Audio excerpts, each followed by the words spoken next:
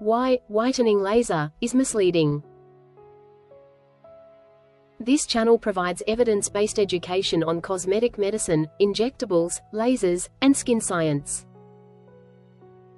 Laser toning explained properly. Why low fluence 1064 is so misunderstood.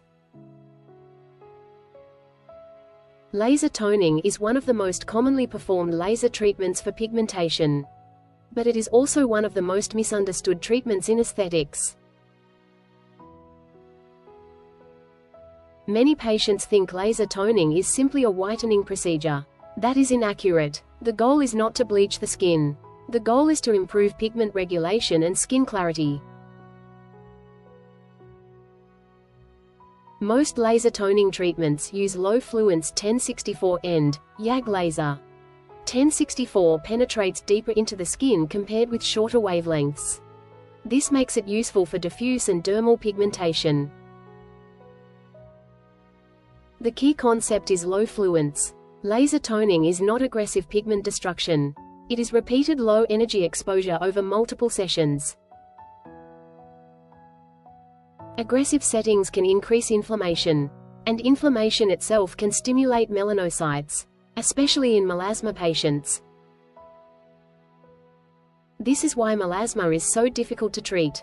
Melasma is not simply excess pigment. It is a chronic inflammatory and vascular pigment disorder.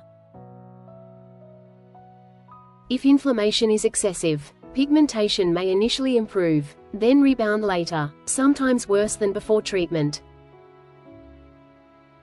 This is one reason why some laser clinics overtreat patients. The skin may initially appear brighter, but repeated aggressive sessions can destabilize melanocytes over time. Low fluence treatment aims to reduce this risk. The goal is gradual improvement, not immediate aggressive whitening. Another important issue: laser toning is not the same as treating isolated epidermal pigment lesions. For example, lentigenes are very different from diffuse melasma. A 532 laser may intentionally create visible whitening or frosting in superficial lesions. Laser toning usually should not create those aggressive endpoints. Patient selection is critical. Not every pigmentation problem is suitable for laser toning.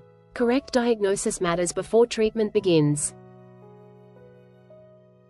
Preparation creams are also important in many patients, especially in darker skin types. The goal is to reduce melanocyte overactivity before laser exposure. This is why many clinicians combine treatment approaches: topicals, sun protection, barrier repair, and conservative laser settings. One of the biggest mistakes in aesthetics is chasing rapid pigment clearance. Pigment disorders often require long-term management, not aggressive short-term treatment. The safest and most effective laser clinicians usually think conservatively, especially in melasma. Good pigment management is not about maximum power. It is about understanding inflammation, melanocyte behavior, and skin biology.